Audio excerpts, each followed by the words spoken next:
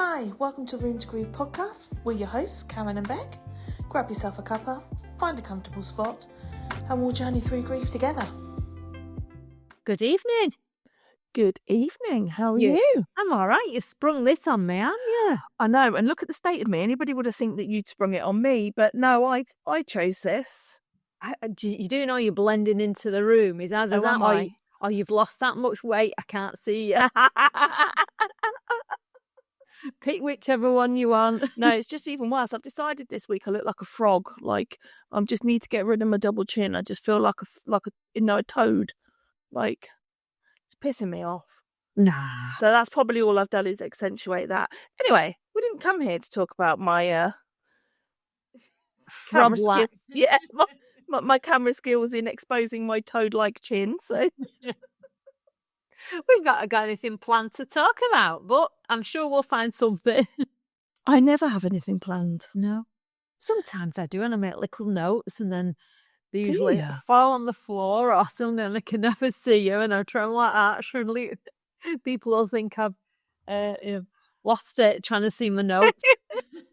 Anyway, we've had some excitement today. Have you? Yeah, so the villa, like 3 doors down from us, it's been being built really fancy, dead posh. Yeah, they've had an open day, I think, for all the agents and everything, and high-end officials. Certainly not us lowlifes, just us mere neighbours down at the wrong end of the street. They actually blocked the road off where the villa was. Just outside our house, so we couldn't get down the road. We had to turn round and go up. Wow, how rude! Yeah, entitled much. Yeah, it's like saying you're not welcome. Yeah, you riffraff. You riff off at that end. So I thought, there's something going on because they had this big marquee outside, these balloons, and all these people were arriving. I thought, I'll go and have a look. So I actually had a shower and did my hair. Just in case there was a TV crew or something. Well, they were filming, so I thought I was breathing in my hardest and going, hola! Couldn't get in. Anyway, I did actually lose my bottle. And my husband said to me, how long, once you're in there in that house, will it be before you mention Bradley and Emily? And the pebbles outside? Pebbles outside. So I thought, that's a challenge, isn't it? Yeah, but they were all dead posh and like there was like businessy people. I thought, I'm not that anymore. I'm just a mum. So not at all. The rubbish in the bin and scarpered off. Being a mum is the best job in the world. Don't ever underrate it and dismiss it. Mums, and we're still their mums. Yeah, they might not be here, but we are still their mums. Yeah. And they'll always be our babies, no matter how old they get, as I found out this week. We had a bit of a traumatic week, didn't we? Yeah, you did. Well, a traumatic morning. I'm being dramatic by saying a week. It was just a few hours in the morning. Yeah, well, you always have to exaggerate, but go on. Yeah, but nonetheless, it was trauma with a capital T. Like, as you know, the morning that Bradley fell ill, we woke up to Simon's phone ringing and Bradley saying he felt poorly and him having the mother of all headaches and calling an ambulance and all the rest of it. And then life just spiraled, and within a matter of hours, our world was shattered. Well, I woke up, whatever morning it was, and obviously Simon works nights, and my phone's ringing. And it's Simon. And I'm like, everything okay? And he's like, no, Zachary's really ill. He's rang me and said he's been trying to shout you and wake you up, but because I didn't have my hearing aids in, I just didn't hear him. But you're not waking up. You need to go and see him. So I get up, I put my hearing aids in to make sure I can hear him, go into his room, and he is just laying there holding his head, screaming that he's got the worst headache ever and that he's been violently sick everywhere. So I'm like, don't worry about that. We'll clean it all up and we'll get you some tablets for your headache. And he's crying that his legs won't work and that he couldn't stand up and that he couldn't walk and he'd got immense pain in his hips. And inside, I'm thinking, not again. No. Not again. Like, what the fuck? You know, when you just think, but obviously I can't say anything. So I'm like, mate, you just need to calm down. And I'm stroking him and I'm trying to get him to calm down. And he's got Bradley's old bed, the one that sits up. And he's like, I need the bed to sit up, but I can't hold myself up. So we're trying to sit the fucking bed up. And the whole thing was just like deja vu. Yeah. You know, like, we're here again. What the fuck is happening? But we managed to calm him down. I sat and stroked him for a whole hour and he finally went to sleep. And then he slept for a couple of hours. And when he woke up, he was loads better. The tablets had all kicked in. But I genuinely just think he panicked. Yeah. And he I was think, scared. he just woke up and thought, oh my God, my head hurts. Oh my God, I've been so violently sick because my legs don't work very well for me to get to the toilet. Because he was just like, my legs won't work, Mum. I couldn't get to the toilet. I'm so sorry. I've been sick everywhere. And he just was like, I'm never sick, Mum, and I just don't know what happened. Everything just hurts so much. And I genuinely just think he just thought he was dying because, you know, he just saw that too, and he just went into complete meltdown. So why shouldn't he think that? Because he's witnessed it. Exactly. And let's be honest, we think that. Yeah. When we've got any slight thing, it's always the worst case scenario. It was just awful. Simon came in, Morgan got up. By the time I'd gone downstairs, Morgan had just cleaned the whole house downstairs. I think she just stress cleaned. You know, Simon just sat there looking just like he did when Bradley was in hospital. And you know, when you just sit there thinking, oh my God, it's all just happening again. Yeah. Like, what the hell am I going to do? Like, in my head, I'm just screaming, fuck no, this needs to stop. Like, yeah. But then there was a sensible part of me that was like, just calm everybody down. Just calm everybody down because this can't be happening again. But, it was 2 or 3 hours, but it felt like a fucking lifetime. Yeah. You know? And then 2 or 3 hours is a long time, really. Yeah, I guess. But it just felt like forever. Yeah. Yeah, and by the time he woke up, I mean, he's not well, but, he's fine. He's just got a bit man flu, to be honest. But, when you just think, oh my God, like, yeah, I slept last night. I slept and I slept and I slept. And I think, and Simon got up this morning, tonight to go to work. And he was like, I feel so tired. And I was like, well, of course you do. He was like, but I've slept. And I was like, it's just the mental exhaustion. Yeah. Like, that was a lot. You know, the whole day felt a lot. And to see it in everybody, Morgan panicking in her way and Zachary panicking in his way, like, you just think, God. Did you feel like you was in like a TV program or something and yes. you're just watching all the actors? Watching it all play out, yeah.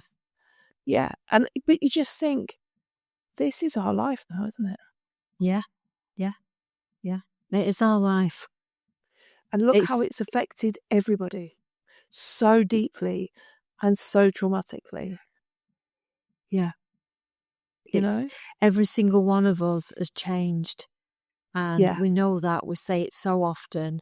And it's our everyday life is different. No matter how much we try to get some normality into it, something like that will take us straight back to D-Day. And we can't stop it. And we can't, because we'd be lying if we said we could and that we could deal with things like that, because we're dealing with so much. There are some things we can't actually deal with. Well, I went to work, because obviously by about 8:30, 9 o'clock, he'd gone to sleep. And I just went to work late. I only work from home, so when I say I went to work, I logged my computer onto work. And I was sitting in a meeting and I was thinking that I was quite happily listening to the meeting and that I wasn't particularly thinking about it. And then I could feel my heart beating out my chest. You know, you can feel it in your chest. Yeah. And then I was thinking, I feel sick. And then I was thinking, no, you don't. Yeah, do I? I think you text me at that point. Yeah, and I was like, oh my God, I actually, as much as I'm telling myself I'm sitting here absolutely fine, my body is having a complete fucking panic attack right now, and I've got no control over it. No. You know, when you just think, oh God, I'm actually internally even combusting. Something like that there is massive. What happened was massive. But even when it isn't massive, when you get that slight feeling, that slight anxiety, negativity, or you let something into your head, that's how I feel. I get like this heat going through me, almost like a hot flush, and your heart going. It's not a panic attack. It lasts seconds, but that's sort of everyday life. Yeah. And I couldn't control it, and I couldn't do anything about it. But you can't control it. It controls us, and that's the grief life. Controls us. Yeah, and that's life from now on in, isn't it? Yeah, it is. Yeah. But on good days, we're carrying them with us. Yeah. We are. We're carrying them. They're with us. We feel their presence some days so much and the things that we're doing and everything. But other days, I actually feel they're carrying us. We're not carrying them. And I know I can say this to you without sounding crazy, batshit crazy, but I sat on Zachary's bed, and I sat there and I'm stroking him, and I'm like, God, just calm down, and I'm stroking him, and I'm like, let's just go to sleep. And I'm kind of like half laying on his bed with him, just trying to get him just to, breathe a little bit slower. And in my head, all I'm saying to myself is, Bradley's here, everything's fine. And I genuinely just felt like he was sitting there too. And that was all that, and it was like this sense of calm was almost like that was coming from the fact of I genuinely believed that Bradley was there and everything was okay. Yeah. In amongst all that chaos, I still felt that little bit of, that's where my calm and my peace. Yeah, so that was him carrying you through that trauma, and wasn't it? He's here, he's looking after his brother, he wouldn't not be. No. But yeah, it just, and at the same time, I'm thinking, oh my God, I've really lost my mind. I had some trauma yesterday, nothing like your trauma. It's in Leroy Merlin's, which is like a Spanish equivalent of B&Q. And my back went. So Rob was going looking for some wood, and I thought, just sit here a minute. And I sat on these packs of I think they were worktops or something, or stacks of wood. Tissues, excuse me. Now, this is pathetic trauma compared to what you've been through. So I sat there on this piece of, and then there was some higher than that, just about to lean on it, and something moved. The biggest cockroach you have ever seen in your life. I'd shit myself. I forgot my back was bad. I was going to say, how did you run away? Yeah. Jesus Christ, that was fast. There was nobody there. There was nobody on the aisle or anything. Nobody witnessed it. And I'm like, look at it. Surely somebody could see this thing. It was that big. It was the biggest cockroach I've ever seen in my life. No. So Rob come round and I'm like, Rob, come look at this. He said, calm down. What's up with you? He said, for God's sake, what's the matter with you? Just come and see this. You're going to be like, fucking hell.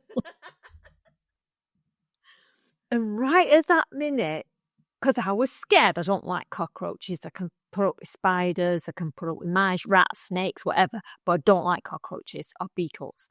Right? So right at that minute, I just stopped and I started laughing. And I said, she's laughing at me. She is laughing her head off at me. And he went, what are you talking about, Karen? I said, I know what I'm talking about. I honestly think that he thinks I'm losing it. Yeah. No, I think we are. Yeah. I think we are. Because it just, my fear when, I wouldn't have gone sat next to it, stroked it or anything, but, it just went out of my head. Because usually I'd be thinking, oh my God, what's another one? I can never go in that shop again. And, what obviously in the wood that we brought home. And that's what I'd have been like. I'd be hoovering the car out. But I just started laughing. And I thought, funny, isn't it? Yeah, because she used to she'd go and catch the spiders for Niall, and because he rang me at 1:30. There was a spider in his bedroom. 1:30 in the morning. What's he expect you to do? Fly home and pick it up? So he's got, before I left, I got him about 6 cans of spider spray, right? So he's used all them. There's no spray left, right? So it Fuck me, he must be high on fumes. Well, so he's gone on to deodorant, spraying deodorant now. So I just went, right, whatever. So it turns out that this actually spider, it was absolutely humongous. And it was dead. It killed it with the spray. But what if any more came in the night and there's no spray? Yeah, that would be me. That would be me. I said, just hoover it. I can't hoover it up. I said, just hoover the spider up. If he's dead, you can hoover it up. It's not going to come back out, is it? He's dead. Anyway, I can't do it. So in the end, we fell out and I put the phone down on him. And so then I spoke to him this morning and I said, what did you do with the spider? And he went, you don't want to know. Oh, what did he do with the spider? I probably do want to know. So Yeah. what have you done? He said, I got a lighter and an aerosol can of deodorant, and I made a fire, a torch. I made this flamethrower. I thought, we haven't got a lighter in our house. You're a lying sod. So there's no way he's done that, but he won't tell me what he's done. So. Oh. I said, ring a friend, get a friend to come round. I said, do you want me to ring next door? No, it was too late. Oh, right, it's too bloody late. He says, don't mind ring me. Anyway. Kids. I know. But yeah, what else have you been up to? What else do you know? I'm feeling a little bit like, missing her, like you wouldn't believe. Really, really missing her. I do believe. It's the slightest of things upsetting me. I have been unreasonable. It's all that. Why? How? How's she not here? And I know their lives and their stories, they help us get through, and I've had to pull them all out of the bag. I've had to really dig deep. And I had friends over for 5 days, and I was able to talk about her. And that's nice. Yeah, that was nice. Because sort of here with people that don't know her, that have never met her, and as much as you can't, like, you've got to give it a rest sometimes, haven't you? You can't keep accosting people that are walking past your villa to go and see. Well, you can if it works for you. I mean, I've never started doing it, so. Yeah, so anyway, I was go back right to the beginning now about the villa people. Oh, right, yeah. Somebody came up and took a picture of the Pebble Memorial. Nice. Yeah. Well done. So, and then I hadn't mentioned it or anything, and I could see, so I was looking for the keys to get out because we lock our door and we lock the gate. So I was looking for the keys and found that Rob was snoring away on the balcony. So I dragged them out of his pocket. What's going on? Keys? By the time I got there, they'd gone. So I was going to say, hola. Yeah. But yeah, so somebody was there, somebody took a picture, and that's nice. Yeah. That's nice. Yeah. But I met a lady who came to the house to pick some furniture up, and her dad had died a couple of weeks ago. She found him fit and healthy. Found him dead. And so difficult. I was talking to her mum. She was in the house, and I actually heard Rob talk to the girl who'd found her dad, and I couldn't believe it that he was talking about Emily. It's amazing. Talking about all what we're doing, and the how pebbles. far has he come? I was so proud, so proud of him. Yeah, that's amazing. Yeah, and that's amazing.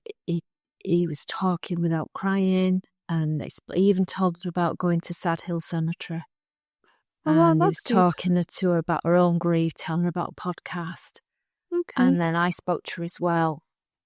And when he then took her, followed home to take the furniture, she'd bought some furniture off us, and he delivered it for her because she couldn't get it in a car. And when they'd gone, I just sat and sobbed. Absolutely sobbed. I was sobbing for her, for Mum, for me, and for Rob. Yeah. It was everything all at once. Yeah. Because usually I'm on a high when I've spoke about her, but when I was witnessing somebody else's pain, yeah, it was back to day one, like she was at day one. Compounding yours. Yeah. Yeah. And I could see also how the mum and the daughter had such different grief. And really? Yeah, the mum was like saying she didn't understand. I said, no, she doesn't understand, but it's not a competition who's got the most grief, who's grieving more, I said she is grieving just as much as you, but in a different way. Was the mum quite open with her grief then, and the daughter wasn't? No, I think her mum thought should be more upset than her daughter because she'd lost 50 she'd got more rights, kind of thing. And not nastily at all. No, yeah, it's just you could see the two were struggling, but on their own path. Yeah, and it's lonely, it was isn't sad. it? It is lonely. It's very, very lonely. And the mum said that. But then when Rob got home, I said, oh, I'm so proud of you. And I could tell he said, I've just cried all the way home. I said, it don't matter. You've done it. You've done it. Yeah, that's massive. That's massive. Yeah. Yeah, and like you said, usually that was a situation that would make you cry, and it made you cry. So, it's understandable that it made Rob cry too. Yeah. That's massive. That's really, really good. Really I think big. I've been doing a lot of crying.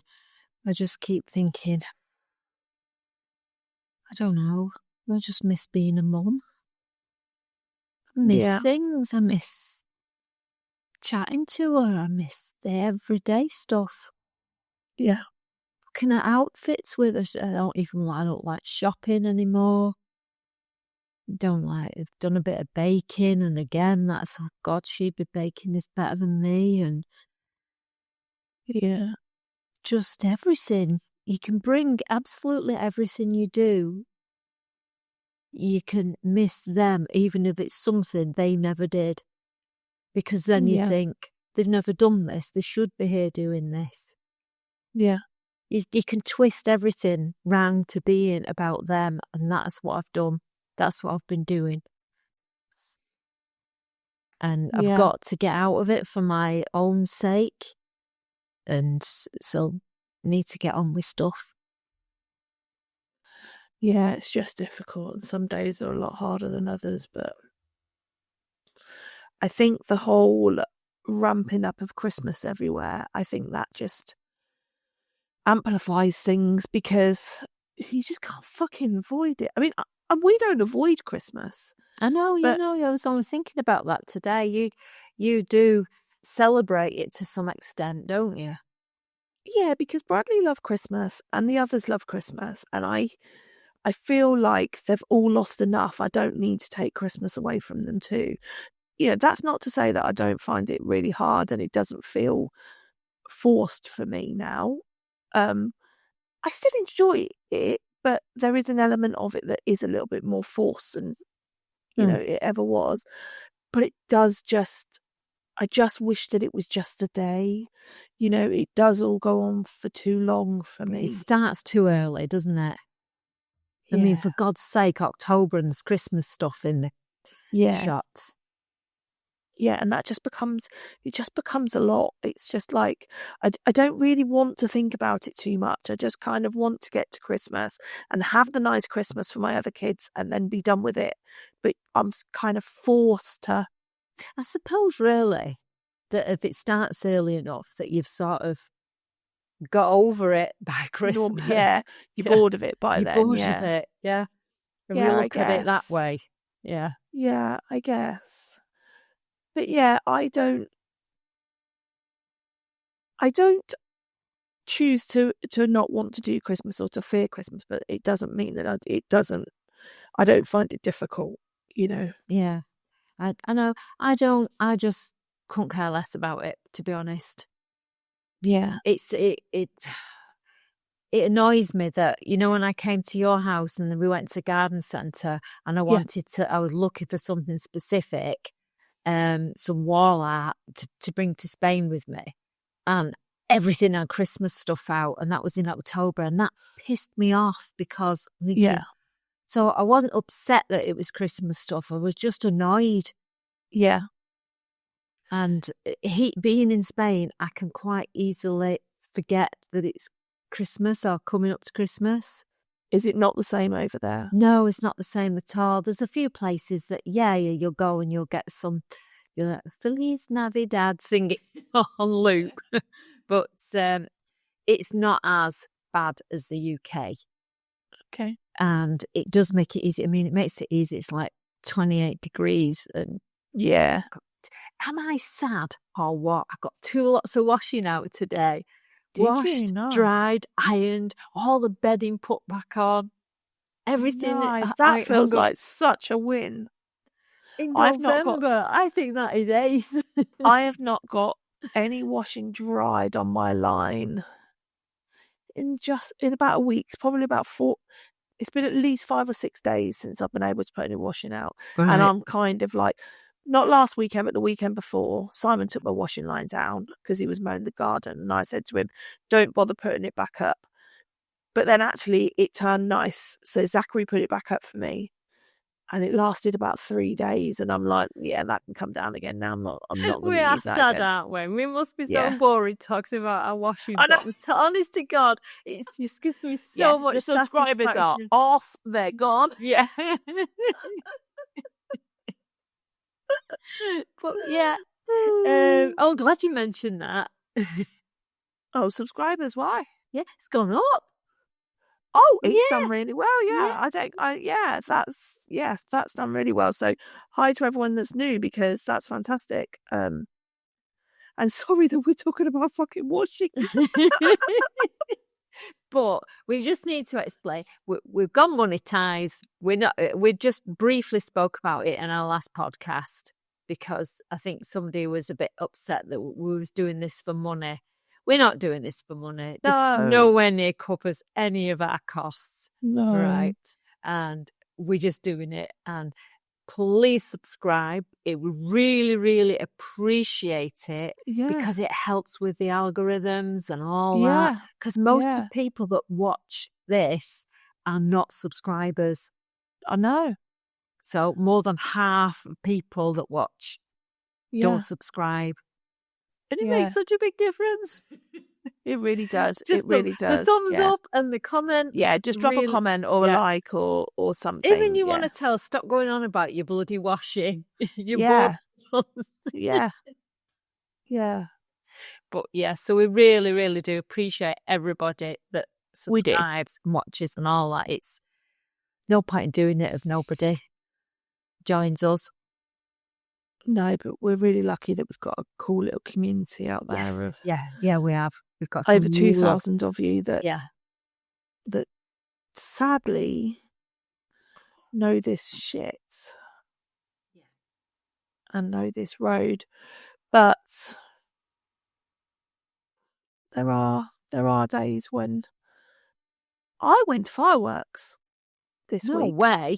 Bloody hell, you went out in public. I did. I went out in public. Must have been dark. Well, nobody's has seen you. Yeah, Did you have witnesses? I went to a fireworks display, not been to one in about 5 years. And my friend Tasha, she called me and was like, will you come fireworks with me? And then Zachary had texted me in the day and he was like, are you going to any fireworks tonight, Mum? And I was like, yeah, I might do. Tasha asked me to go down. And he was like, right, me and my mate are going to come with you. I was like, okay. I was like, well, Dad wanted to take my car tonight. I was like, so can I tell Dad that he can take my car and you can drive? And he texted me back, no, don't worry about it then. I was like, so he just wanted a lift, basically. Fuck's sake.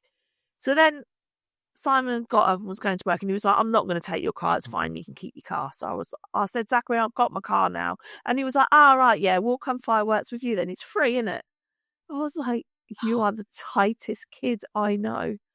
So we get to fireworks, and then he buys me a hot dog, amazingly. Oh, wow. I know. I was shocked. And I watched the fireworks. I had a little cry to myself and talked to Bradley the whole way through it, and just thought how different the whole fireworks thing feels when, when you've got part of you missing. Yeah. And like it, for me, I always really look to the sky, that's a real thing for me. I know you do. So yeah, it was nice to go to a fireworks because, like I said, I've not been for so long. It was nice to go and share it with Zachary. And as much as I cried, it was nice. It felt, normal, a little bit connected. But I felt brave. I felt proud of myself for being a bit brave and for going. So yeah, that felt like a small win this week. Yeah. We'll have to take these small wins. Yeah. Because we've got the rest of our life to go. And that's what I thought, like, it's okay to do some of this normal shit, like, yes, I don't enjoy it with as much enthusiasm as I ever did, and I never will. But I'm just learning to accept this new level of happiness is at a slightly lower plateau, and that's just, if we can, the bar's not up here anymore, but if we can reach here, then that's fine. Yeah. We've got to. We really do have to. We need to. Yeah. It's like I said about making an effort a couple of weeks ago. I have tried, and it's all right. It's getting there. Yeah. But I'm still not doing Christmas. No, and that's fine. I know and it that's is. Fine. Yeah, I know. We can. But Bradley enjoyed Christmas. So for me, in a weird way, I kind of feel like. But I feel like I'm honouring it for him too. Like, that's my weird. He'd be gutted if he knew I wasn't doing Christmas. Yeah. So that's how I sell it to myself. Anyway. Yeah. I tell you what, it's bloody cheaper. Yeah. Don't buy anything. Don't send a card. Don't buy one present. Oh yeah, that would be lovely. My son doesn't want any. He's never bought me a present in his life, so he'd feel obliged to buy one back now at his age. So he's not bothered about that. So I said, "Do you want anything for Christmas?" No, don't want to be bothered. I went, right, okay. I said, "Let me know if you change your mind." I said, "There won't be anything to open. You do understand that?" I said, "I'm not, it's always a surprise. We said we weren't buying anything. We're not playing games. There's nothing." And he went, "No, it's all right. Just get me some marzipans." So I said, right, okay. I'd get you them anyway. They're not presents. So he's got about 50 quid worth of marzipan. How easy. Yeah. How easy. Isn't that brilliant? Don't have to wrap it or anything. Oh, nice. So much so that when I'd cleared the house out, I must have had, a bin bag full of gift wrap and bags and fancy bows and all that. Just give them all to me, Mum. So yeah, you use them. Yeah. Do you remember? I don't know if we spoke about it on the podcast last Christmas. I think we did. That I'd said to you that Simon wanted to get stockings to hang on the fireplace and put presents in them, and I said, "Well, who the fuck's going to open Bradley's?" This year, he bought the stockings, and I said to him, "We ain't putting fuck all in them." But he's bought the stockings to go on the fireplace, and this year I feel a little bit like I'll hang them, but that's as far as it's going. So that feels like an improvement for me. Yeah, of course it is. Because of him, what have you put stuff in him? And I think I'd flip my lid if he did. It's still there. Yeah, and that's what I couldn't. So what do you do then? Just take it all out again? That's what I couldn't get my head around, and that's why last year I was like, "You're off your fucking nut. No, we're not doing it." But he's bought 4 stockings to hang on the fireplace. Right. I still don't know. I don't even know why I feel so fucking uncomfortable about it. I just do. It's not just the stockings, though, is it? It's a bit of everything thrown in. Yeah. So, yeah, he bought them anyway. So we'll see how that goes. He's been trying really hard, and he's been to the doctors, and he's been referred for therapy and given medication to try and help him. So that's all we can ask, isn't it? Yeah. So let's see. 2.5 years on, but it's still there. Yeah, something's got to away. give. Yeah. Something's got to give, because it's exhausting for everybody. You know, the kids, obviously I call my kids all the time. My kids are adults, obviously. But the kids have even sat him down and said, you know, like, this is really tough, Dad. You make everything really hard. Politely, you know, really maturely. Nobody's, you know, gone at him, but they've just been like, can you see this from our point of view? This is what it's like for us. You know, we do everything that makes you happy, that you want to do. We always have to consider your thoughts first and foremost, or final, because ultimately that drives everything on how much you're going to lose your shit when we're out or when we're doing something. So they're quite diplomatic, aren't they? Yeah. They're not like me going, God, you're hard work. How anybody lives with you? God, but I think that made him realise, because I think that's what he said. I think he said something about, like, am I really that bad? And the kids were like, yeah, you really are. And at first he tried making a joke out of it, and then they were like, no, but you are. And so then he tried almost like defending himself, and they were like, stop being defensive. No one's having a go at you. Yeah, you've just got to take ownership of this. And the only person that can help you is you. And you've got to want it for you. Gosh. And so he went. Yeah. So he made himself a doctor's appointment. Yeah. I think he'd be good at talking therapy, because he talks sense. And when he does start talking, he can reason with himself. It's really, really good. Yeah. And if he starts that on a regular basis and starts reasoning with himself more often, he's the best person to help himself. Honestly, he's been on this medication 2 days, and even today he's nicer.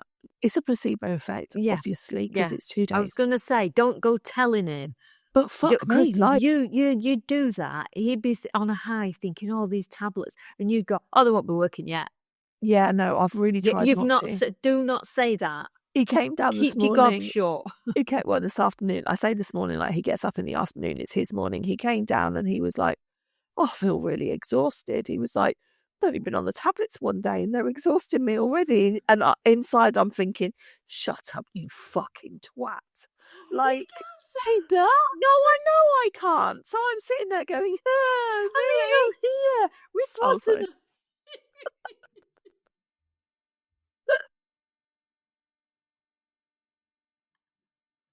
Oh my God. Well, I mean, it's been one tablet that takes 6 weeks to work. Come on. That's what I'm living with, though, you know? Like, no one swear. It's exhausting. Yeah. So anyway, we've just walking to the train station tonight, and then when we came back, he was like, I really need to go to work. And I was like, go on, then I'm going to go and walk the dog. And he was like, do you know what? I'm going to go into work late. He was like, I'll come and walk the dog with you. And he was actually really nice. And you know, when you think, blimey. Wow. Yeah. Should have been putting him in his tea. I know. You know, when you just think, like I say, even if it's a placebo effect, he's just being nice. So I'll take that. Yeah. My life it just feels calmer. It just feels like even I can with breathe. All the trauma. Yeah. Yeah. It just feels like I can breathe, because I'm not waiting to see what he's going to do next. So that feels a little bit better, and I really hope it helps him. Right. So let him have his stockings on the chimney. Yeah. So and watch you'll get this through space. that. You'll get through that. Don't have to put anything in them. It's a good idea putting them all up and not having anything in any of them. Yeah. That was a compromise we came to, yeah. And then maybe next year you can put something in them. I don't think that'll ever happen, but we'll see. Well, you don't know. Oh, next year we won't be here. Oh, right. Do you know what? I didn't think I had anything to tell you on this podcast, but we sold the house. And that came with a whole host of fucking emotions that I wasn't expecting to. Yeah. A truckload. Obviously, we've had the house on and off the market for the last year, pretty much, trying to sell it. We'd 100% decided that we wanted to move. Not because we want to move from the house. We like the house. We just don't want to live in the area that we live in anymore. And if we could pick the house up and take it, we would. There's absolutely nothing wrong with our house. And we decided that our house was just our house and that's all it was. And then when we got the offer, I mean, we got full asking price for the bloody house. It wasn't like, it was a tough decision to make. But then they asked for some of the furniture and stuff that was in the house, specifically the pool table, which was Bradley's. Him and Zachary had that for the last Christmas at Bradley as well. That's what they had for Christmas. And well, it floored me. I sobbed myself to sleep and felt panicked. And I'd always envisaged the day that we sold the house to be like, Sydney texted me and was like, woohoo, congratulations. And I read the message thinking, congratulations for fucking what? Like, I don't want to do it, is all I kept thinking. I don't want to do it. And then, you think, what did you put your house up for sale for then? And then I was like, well, of course I want to do it. But it was just such a conflicting feeling. I think if they hadn't have said anything about the pool table and having your all the bits of furniture, you may have felt still a little bit weird and you'd look for something else to be upset about. Yeah, maybe. I mean, we went back and accepted the offer and said that I will let them know about the furniture when I know where I'm moving to. Yeah. And that felt like I had a little bit of control back in that. Like I didn't have to make a decision about it straight away. Yeah. Because if you're moving somewhere where you've got room for that, you'll take it. Yes. They're not going to say, oh, we don't want your house if you haven't got a pool table. Yeah. Yeah. I mean, she obviously likes my house because she wants the sofas that are in both rooms to stay. The fridge, the washing machine, the tumble dryer, the chairs, the pool table. You think she pretty much wants me to leave everything that's not a personal item downstairs. Yeah. So you think she clearly likes my house because she just wants to move in as is. Yeah. Well, it's lovely. She just wants me to take my photos. Yeah. And all them teddies behind you. Oh no, she didn't want anything upstairs, so that's fine. Well, yes, you'll deal with that when it comes to it. You'll be practical. Yeah, if you've got somewhere to put it, you'll take it. If you haven't, you'll sell it. Because you are, at the end of the day, you are practical. I genuinely underestimated the emotional impact of moving, and all we've done at the moment is accept an offer. We're months away. We've got months of this, haven't we? Yeah, we're months away from packing up and moving. We'll get you through it. This community will get you through it. There must be loads of people that have already moved that can give you words of advice. And yeah. So that's. I mean, it's still positive. I still want to move, and I think because we haven't found anywhere to move to, kind of feels a bit up in the air too. Yeah, when you get somewhere and it's where you want and you're excited. And you're putting your own furniture, you think, oh, I could do that there and that there. I could do this, that colour.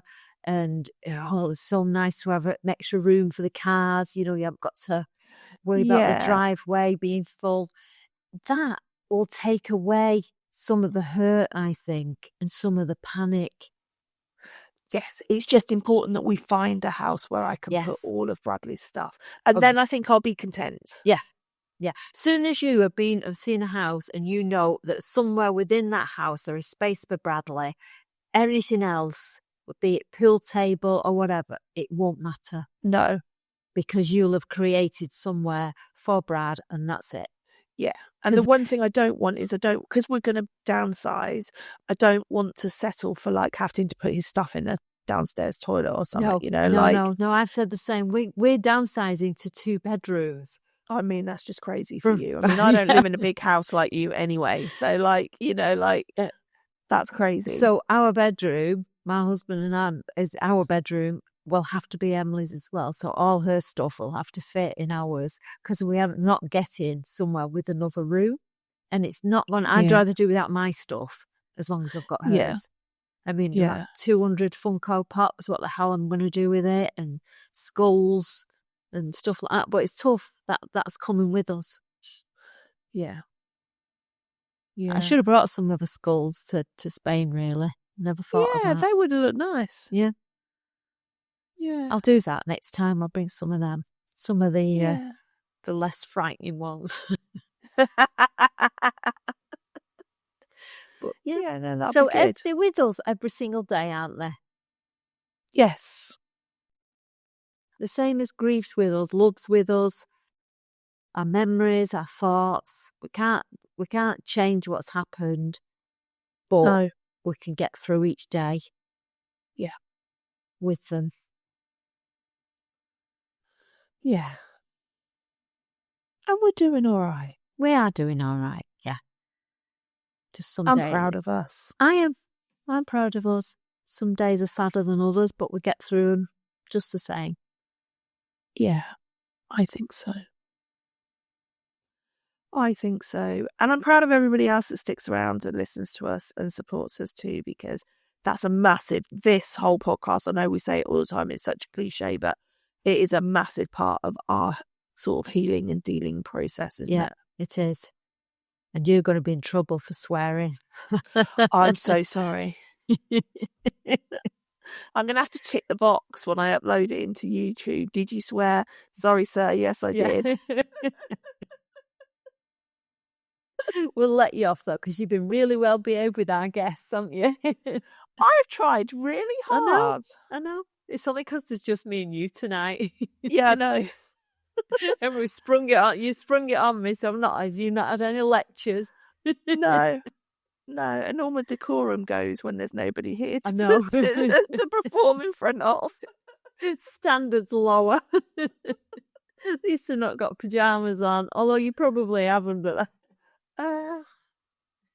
No, I haven't. I've been to the train station. All right. I was like, why am I dressed? I've been to the train station. Well, Crazy. I think we've done. It's a quick one this week, isn't it? Last week we put AIDS out, and that's been a really fantastic episode, and we were honoured to speak to Aid and to have a dad's perspective. It was really nice to hear from a different perspective, wasn't it? Yes. And the love that he has for Ben and Hayley too, you know, it really shone through, and I'm really glad that the listeners all picked up on that and saw that as well. Yes, definitely. And all the lovely messages for Aid, and you know, the support emails that we've had for him too, and things like that. It's all just so lovely. It is lovely. We're just lucky. Yeah, we are lucky. We're lucky we've got everybody that joins in with us. Yeah. On good, bad and ugly days. I see what you did there. Yeah, it is good now, wasn't it? And did you see we had a message that somebody prefers Morgan's sign off? No. Grab yourself a comfy seat. And I said, I think it was Carol that said it from California, said, not a chance. I've only just learnt this one. I'm not changing it. Morgan will love that. Yeah. And like I say, I've just dropped her off at the train station. Bless her, she'll kill me for saying this, but she's been doing really well, hasn't she, in losing weight and stuff. Yes. And she's lost loads of weight, and she's just texted me a picture and said, I can finally put the handrest down on my seat, Mum, because I fit in my seat. Oh. Like, that's such a massive thing, right? That is massive. Such a massive thing. So that's like, she's buzzing. Yeah, she's looking really good. She's got a bit more confidence, hasn't she? It's done wonders for her. And I think we should ask the girls to come on again and give us an update of 12 months on. Yeah. How they're coping techniques, how they're feeling. Morgan's been texting me while I'm talking to you saying, my Man in the Mirror's playing on the train. I'm trying not to cry. So even, you know, we're talking about them being around, and I'm still seeing signs, you know, that they're there that they're reminding us that they're there. Yeah. Right. Okay. Go on then, let's do the correct sign off, even though Morgs' is probably better. Grab yourself a cuppa. Find a comfortable spot. And we'll journey through grief together. Thank you.